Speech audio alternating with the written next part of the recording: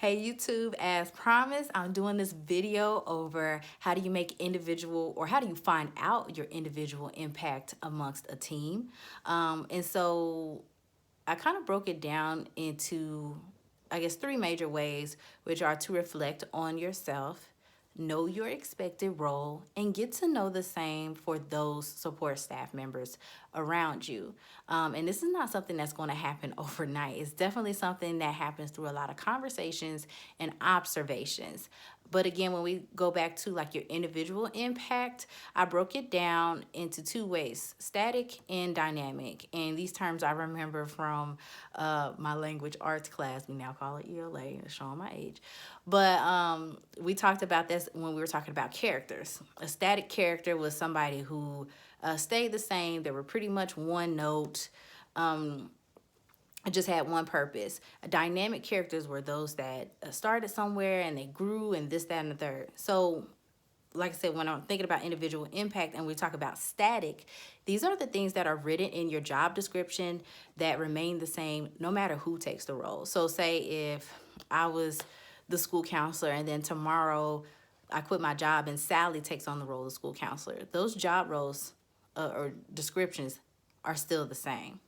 So for me specifically as the counselor, I knew that a part of my support staff team, I was the one who was doing college and career readiness. I was the 504 coordinator. I was the RTI team coordinator.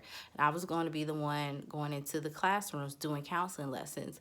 Like, we knew that if those certain things were going on, I was the point person for it. And everybody else had, their specific roles too.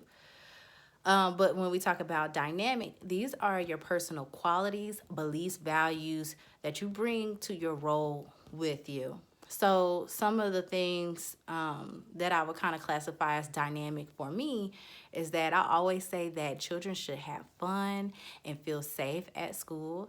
I also believe that people should try to be the best that they can be in their role so that they show up and be the best for students.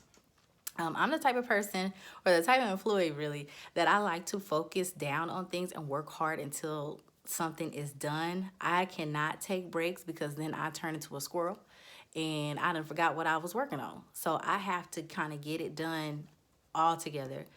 Also, if we can't joke in a meeting, don't invite me because I like to have fun. It just makes things go faster and it's more enjoyable when you're having fun. So yeah, I like to get stuff done, but I also like to crack jokes here and there. But also the group, I felt like I was the organizer, I was the scheduler, I'm the taskmaster. Like, I'm just like, okay, what do we need to do? When does it need to be done? Okay, how can we get it done? I'm that person. But like I said, I knew the people well around me, but this is something that took time. So like I knew that my social worker, she was kind of like our rule book. Like anytime we had to question whether it was okay to do something or if it was the right way to do something, that was our social worker. Our behavior interventionist was really good at relationships. So, I mean, if you had a student that was brand new and coming in, we would typically have her go and talk to that student because she makes relationships like so quick.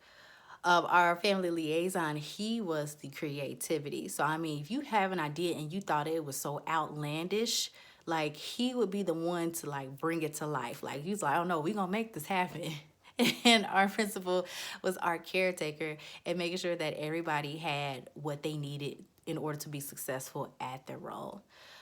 So again, you want to reflect on yourself. You want to know your expected role and then get to know the same for the support staff around you. Again, this is something that is going to take conversations and observations, but you can allow opportunities for passive engagement. And this could be through like team building. This could be social events, group chats, fixed meetings, check-ins, whatever. But focus on what your individual impact is so that when you're working with others, again, you know what makes you special out of everyone in the group, but that also gives you the confidence to do what you need to do, but to use others that are around you. All right, until next time.